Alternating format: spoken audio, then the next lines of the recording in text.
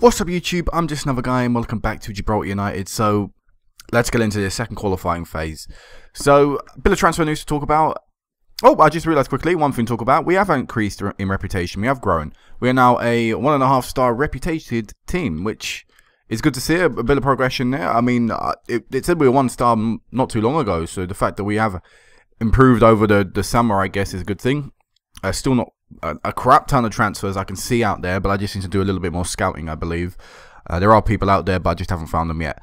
So, in talking about transfers, one thing I keep getting wrong is we're not signing this guy, Filippo Borgo, until the start of next season. But I don't know why. I signed him when he had 6 months left on his contract, but yet I'm not able to get him until the end of next season. Or the end of this season, start of next season. I just can't work out why. It's the second time it's happened to me now. I'm just baffled by it, because you can't offer people contracts when they have a 1.5 years left on their current contract. So I don't know what's going on there. I don't know if it's a bug maybe with the database with this game. I have no idea. But for some reason I can't sign this guy till next season, which isn't great because I did actually need a right midfielder. But, you know, I can't do anything. It's just so baffling why I can't get that guy. Also, a bit something as well before I go into absolutely who we officially brought in. Roma Perez has said that he wants to leave. He's not happy that I rejected a few of the deals to other teams. So what I said to him is that, you know, hey, look, wait, wonder if it says it on information quickly.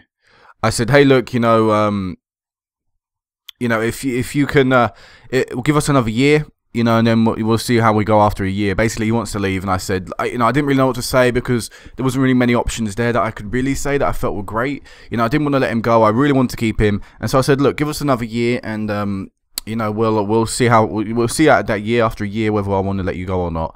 So what I plan on doing is hopefully getting a few months into the league season once the transfer window closed. Hopefully, that issue of being disappointed not being able to join SV Groding or whatever, hopefully that issue will disappear, and then I'll be able to offer him a new contract with a few more years, and that way, you know, if interest does come in for him again, which I imagine it will, once that interest comes in, I can say, look, you've got a long time left at your contract, you can sit out the rest of your contract, you know, I can just ride on that, the fact that I know I've got a few more years out of him, and then hopefully when that issue goes away, I can again offer him a new contract. I'm going to try and use him a little bit. But he's still got 2 years left on his contract, so even if he did want to leave, I wouldn't let him go until the end of his contract. I'd rather let him go on a free than let him go for about the 12,000 that I'm currently being offered.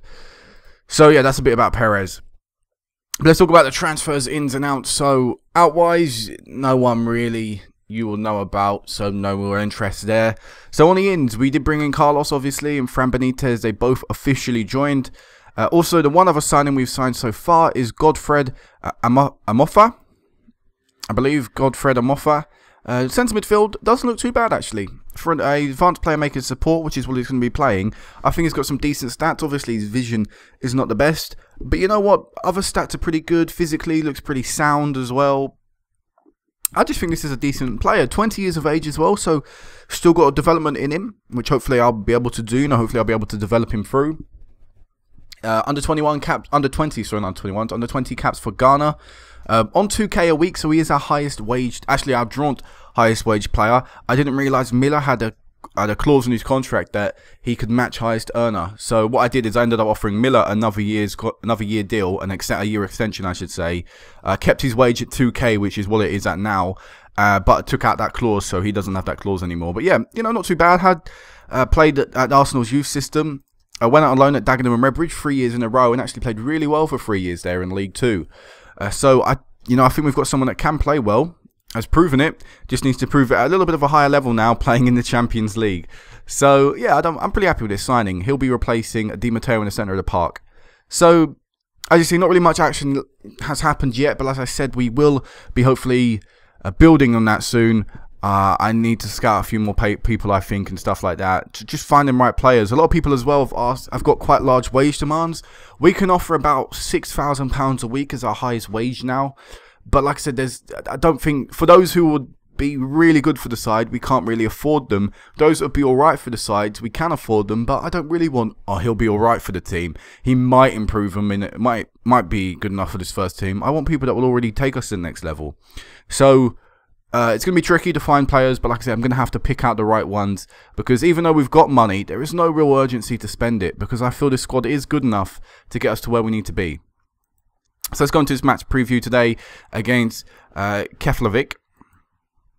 And 2,000 people are going to be here at the Reykjavik Stadium. I imagine it's 2,000 capacity.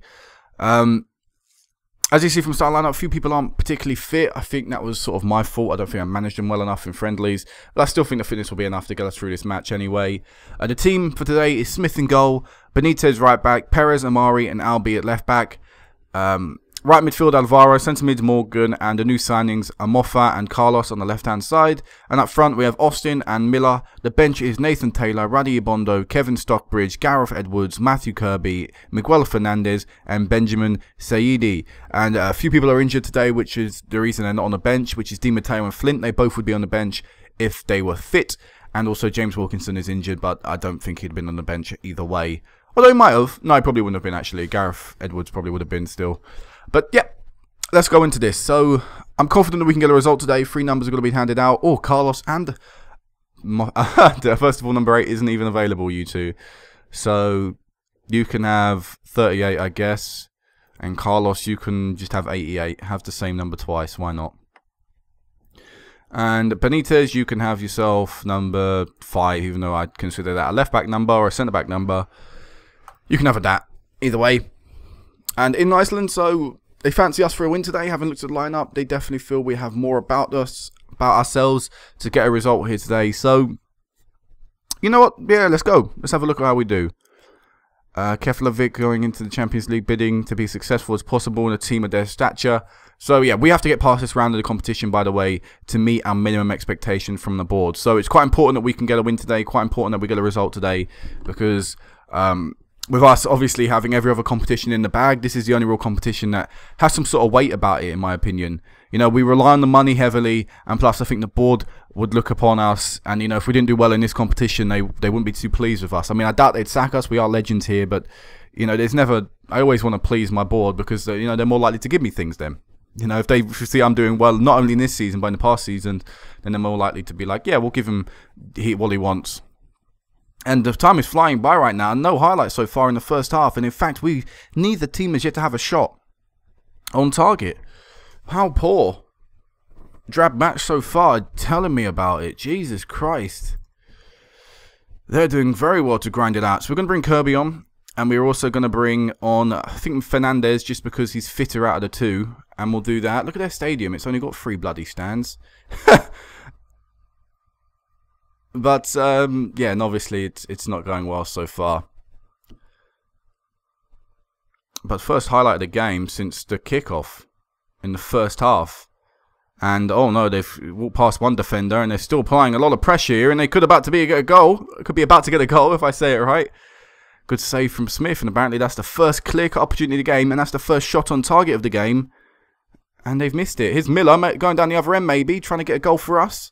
Kirby, if he can beat... no highlight from us. Alright, we're going to go attacking. We're going to apply a little bit more pressure to the team. Just, you know, just a smidge bit more. Just to see what we can do. Nothing is coming out of it for us. Alright, pause the game. We are going to go attacking, fluid, take off the lower tempo, add on a bit more higher tempo. And just do that. Because this is so poor from us. We're not doing anything right now. Oh my god, what is happening to us? Oh my god, they've taken the lead. Oh my god. Why have I not done a team talk before? I don't understand. I should have done team talk a second ago. What the hell? Demand more from the team. This is atrocious so far. How are we losing 1-0 to this pile of rubbish, a semi-professional team? Alright, Kirby with the ball now. Come on, whip this ball in. To Miller. Ah, good block from their defence. Click opportunity wasted for us. Still yet to get a shot on target.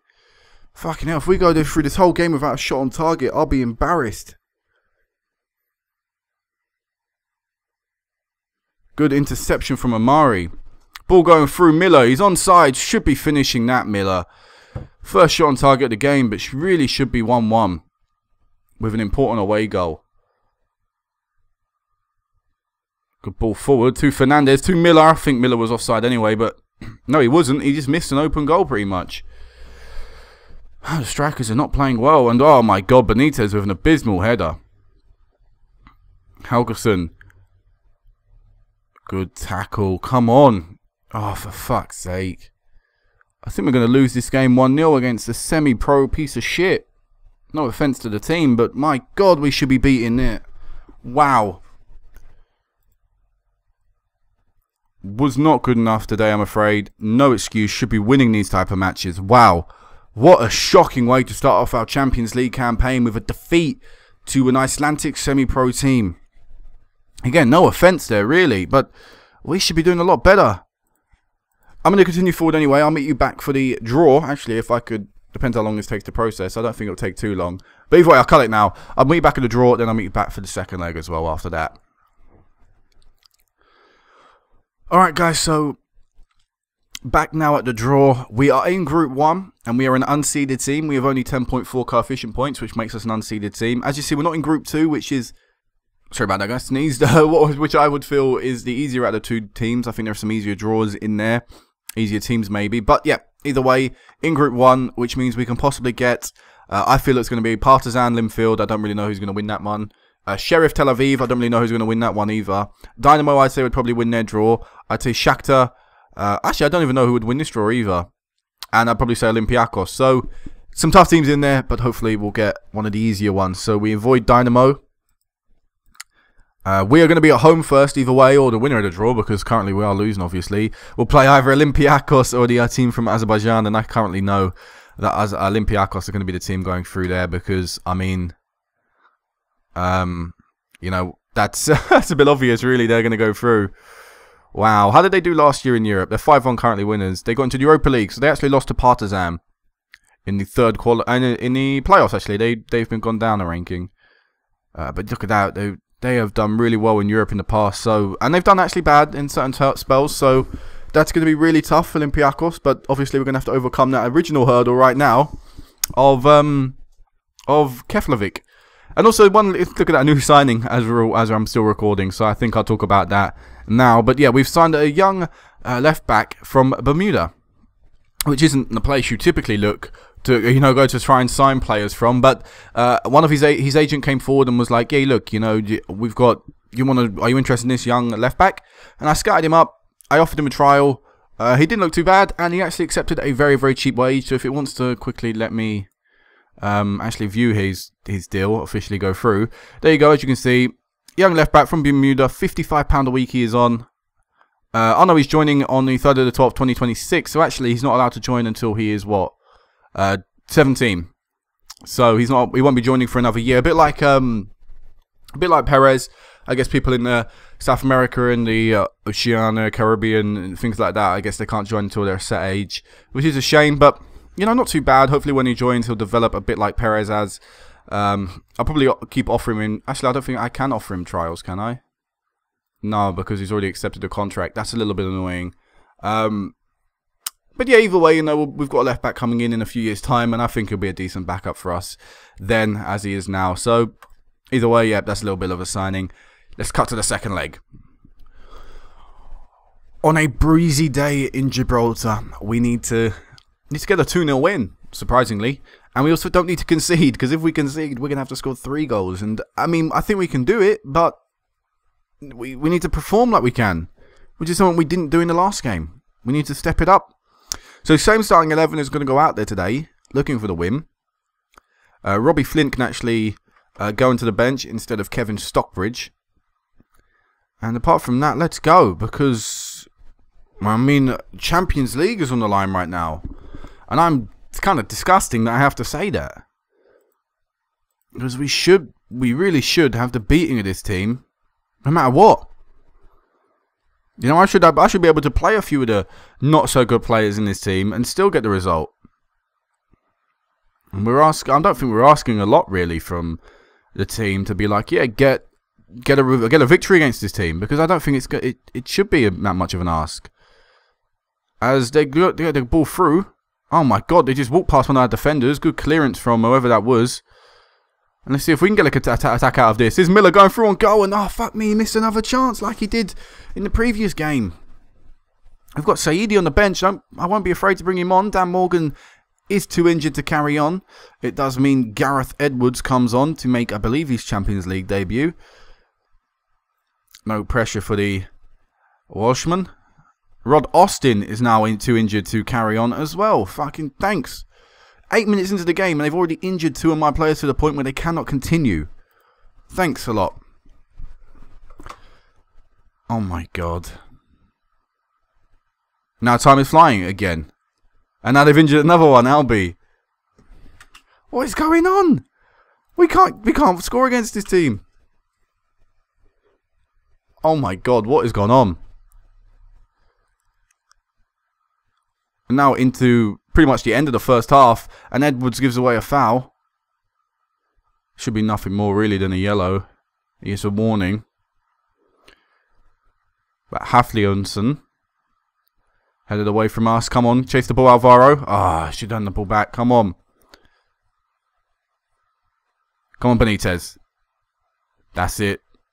Come on, let's get a goal before half time. Give ourselves 45 minutes to get, strangely, a winner. Alvaro. Playing it back to Benitez. Edwards finds Miller. Come on. Miller finds Saidi. Oh my fucking god. Another chance wasted. Albie, and that's the end of the highlight. Before half time, lads. Come on. Get yourselves back on level terms on aggregate. Take yourselves ahead on the day. Edwards to Amofa. Saidi. Bang. Thank God for that. Finally. 1-0 Gibraltar United. At long last, we take the lead against Keflavik.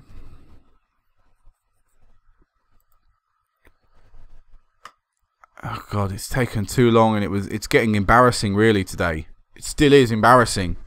All over them, and not currently winning by more than one. Wasting opportunities left, right, and centre.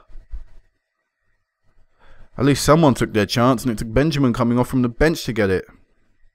And still, 10 minutes into the second half, we're yet to have a highlight. Yet we are currently all over them. I'm actually afraid to make a bloody substitution because with the amount, at the rate they're injuring our people, they might get another one by the end of the game. I don't really need to be going down to 10 men. And still, we're not doing anything. Come on. I'm just going to encourage the lads today, but I mean, if it keeps up at this rate, and look, Alvaro looks like he's injured right now. His condition's gone down. Definitely means he picked up a knock. But what is going on? And look at that. I told you someone else would get injured. Alvaro's been injured. They couldn't stop kicking the shit out of us. They keep on doing it. That means Kirby comes on playing on the right side of the pitch. I won't fucking put him past him to get another injury in this match. Here's Edwards. Come on, get the winner here today. Get the winner here right now. Edwards to Carlos to Albie. Back to Carlos. Playing it inwards. Kirby. Back to Edwards. Amofa. To Miller. Carlos, come on, whip this one in, Albie. Good cross in. Good cross in, Carlos. Good cross in. Saidi's there. 2-0. At long last, we have finally took the lead against Keflavik on aggregate. Finally, we get 2-0. It's taken us 73 minutes of another piss-poor performance from us. Doing absolutely nothing going forward. Saidi, and look, they injured another one of our players. How dirty can you be? 5 injuries. I'm going to read how these injuries have taken place as well. Hopefully none of them actually are long-lasting. But if one of them is long-lasting, I'm going to read how it happened. Because when Alvaro went off, a player got booked. Moments before Alvaro went off, when he picked up his slight knock that I mentioned, the same player who got booked was warned. It means they have gone out there and purposely gone to kick us off our game. You know what? I think it worked to an extent because we've not really performed well enough. And now in these last few seconds, hold up, don't let them score. Good. As I said, goal for them and that's it, we're out. And look, finally they're going to get a bloke sent off. Martin Atkinson finally has stepped up his performance to the point where he sent one of them off.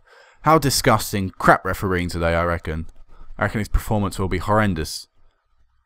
Look at that, they've committed 17 fouls. Picked up 3 yellow cards and 1 red. But the thing is, they've injured 5 of our players. 5. Saidi, super sub.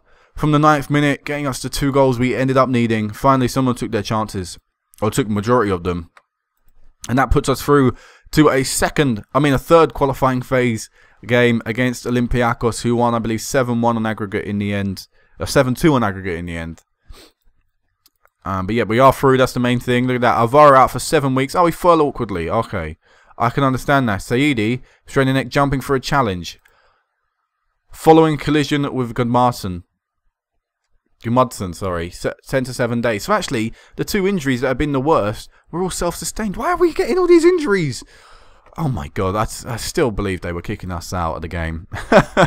I'm still going to stand by that. But yeah, we're getting a draw against Olympiacos. Alvaro is going to miss it. Saidi, the goal scorer, is also going to miss it. But, you know, that's what's going to happen. We're going to have to perform very well against Olympiacos. We start off at home, or we're going to have to see if we can get the result. We're going to try and grind out the result. I've mentioned, you know, Olympiacos in the past have had not the best relationship with Europe. You know, they've been in and out of it. So they've been in and out of it, really. I'm going to get team report quickly off you, because you do normally most of mine.